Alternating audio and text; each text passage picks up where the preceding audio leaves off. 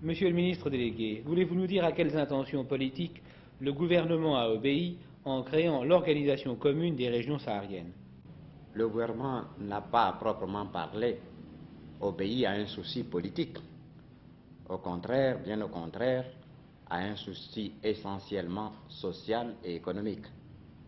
En effet, nous voulons, par l'exploitation rationnelle des immenses richesses que recèle le Sahara, assurer d'abord aux populations sahariennes, aux populations des régions limitrophes, l'élévation du niveau de vie et la promotion sociale. Et ensuite, assurer l'expansion économique à l'ensemble franco-africain. Tous les hommes qui se sont penchés sur le Sahara ont estimé que d'immenses richesses dorment aujourd'hui sous le sable. Richesses minières, richesses pétrolières. Mais les moyens techniques, financiers à mettre en œuvre pour l'exploitation rationnelle de ces richesses sont d'une importance telle qu'aucune des régions limitrophes n'est capable de les réunir seule. Donc, c'est un acte de foi à l'avenir de l'ensemble de l'Union française, mais c'est aussi un acte de solidarité qui nous a guidés dans l'organisation commune des régions sahariennes. Quelles sont les attributions de l'OCRS?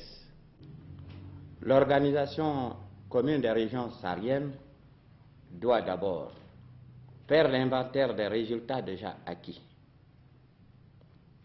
Ensuite, établir les programmes des ensembles industriels, miniers, hydrauliques, et partir de ces bases pour engager, en vue de leur financement, des discussions avec les pouvoirs publics et les pouvoirs privés, les organismes privés.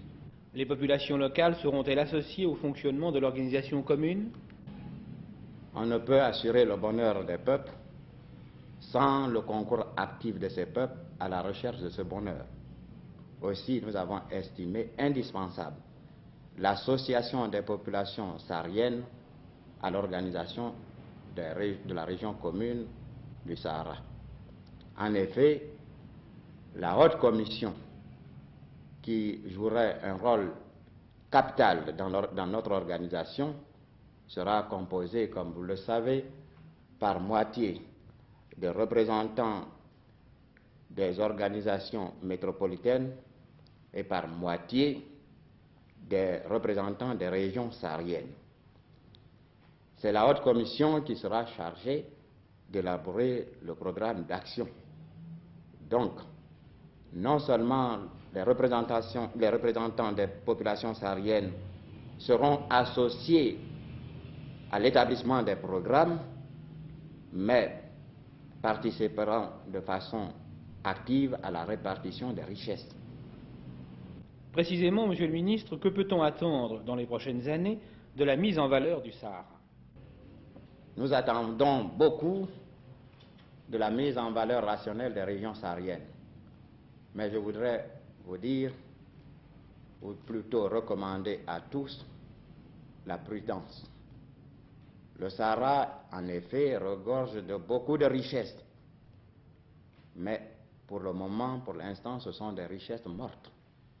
Il nous faut des moyens financiers, des concours techniques, du travail.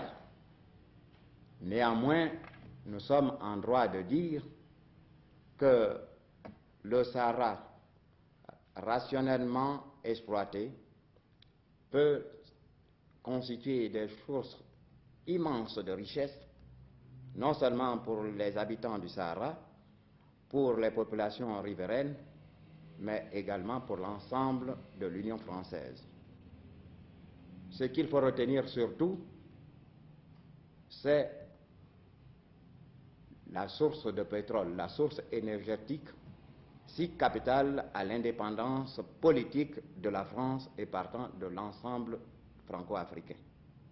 Nous voulons en effet, par l'exploitation des richesses pétrolières, rendre à la France et à l'ensemble de l'Union française leur indépendance vis-à-vis de l'étranger en matière énergétique. C'est un facteur très important dont il faut tenir compte quand on songe à la mise en valeur des régions sahariennes. Merci, Monsieur le ministre.